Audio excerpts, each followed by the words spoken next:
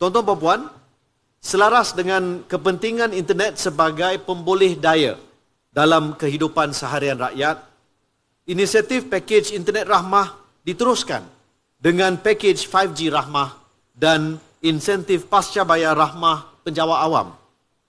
Ini direalisasikan dengan kerjasama 5 syarikat penyedia perkhidmatan iaitu Celcom Digi, Maxis, U-Mobile, TM ataupun Unify Mobile serta YTL Communications iaitu YES, serta syarikat pengeluar telefon iaitu Samsung Malaysia Electronics dan Honor Malaysia. Pakej 5G rahmah ialah pakej telefon pintar 5G bersama-sama plan data iaitu device bundle dengan pilihan telefon pintar sama ada jenama Samsung A14 5G atau Honor 90 Lite 5G berharga tidak melebihi RM240 beserta plan pasca bayar serendah RM60 sebulan dengan data minima 60 GB. Ini hanya merupakan spesifikasi asas bagi pemberian pakej rahmah 5G. Saya ingin tekankan di sini bahawa sebenarnya pihak telco terbuka, malah amat digalakkan untuk menyediakan tawaran-tawaran yang lebih baik berdasarkan strategi jualan masing-masing. Sebagai contoh, telco boleh menyediakan harga telefon pintar yang lebih rendah daripada RM240 atau bayaran bulanan plan pasca bayar yang lebih rendah daripada RM60 atau kuota data yang lebih tinggi daripada 60 GB sebulan. Saya difahamkan ada dalam kalangan syarikat telekomunikasi yang akan menawarkan pakej 5G rahmah dengan harga serendah RM35 untuk 100 GB dengan peranti 5G. Maksudnya, walaupun kita telah tetapkan asas, we've set a base untuk pakej 5G rahmah ini, namun kita beri peluang kepada syarikat-syarikat telco to offer the best that they can to the rakyat. Dan saya ingin ucapkan terima kasih kepada semua CEO, tuan-tuan dan puan yang hadir ni. Ini semua adalah CEO daripada syarikat-syarikat telco, bermaksud mereka bersama-sama dengan pihak kerajaan untuk pastikan perkhidmatan 5G ini dapat dinikmati oleh lebih ramai rakyat Malaysia. Jadi saya ucapkan terima kasih kepada semua CEO yang hadir pada hari ini. Kita berikan tepukan. Berbeza dengan pakej-pakej sebelum ini yang menyasarkan golongan tertentu, pakej 5G rahmah adalah terbuka kepada semua warga negara Malaysia. Ini bermakna setiap rakyat Malaysia boleh mendapat akses kepada perkhidmatan 5G. Hasil kerjasama strategik KKD dengan syarikat pengeluar telefon bimbit jenama Samsung dan Honor, tempoh waranti tambahan 12 bulan akan diberikan.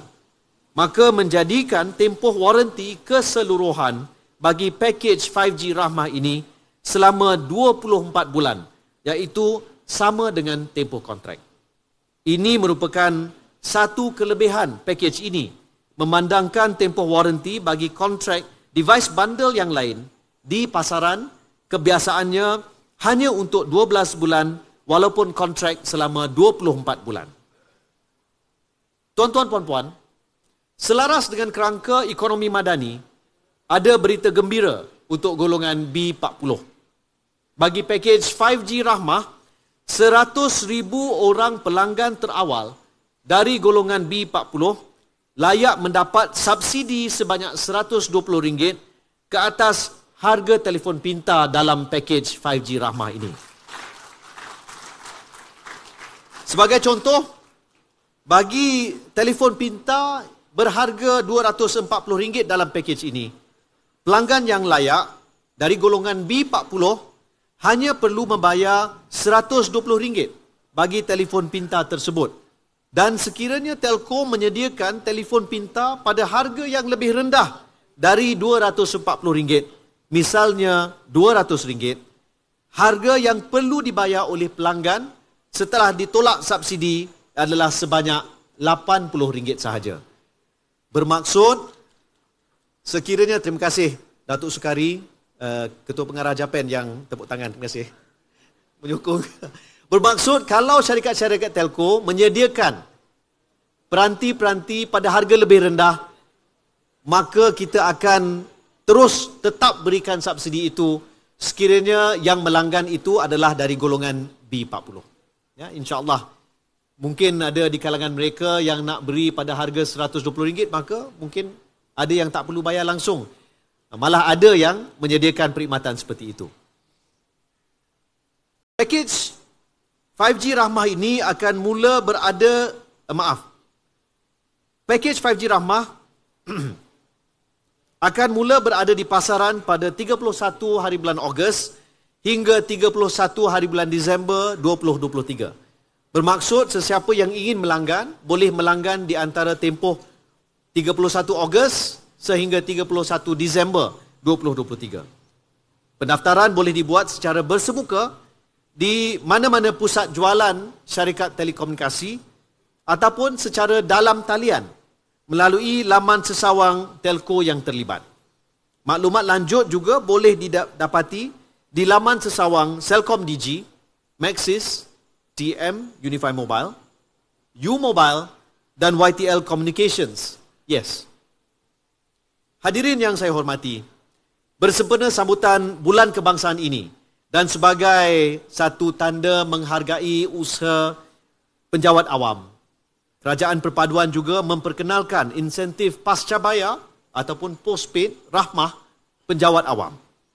Tawaran rebat sebanyak RM10 sebulan akan diberikan untuk tempoh 12 bulan bagi pakej pasca bayar yang bernilai RM60 ke atas, khusus buat penjawat awam Malaysia yang merangkumi penjawat awam di kalangan di peringkat kerajaan persekutuan mahupun negeri mahupun pihak berkuasa tempatan.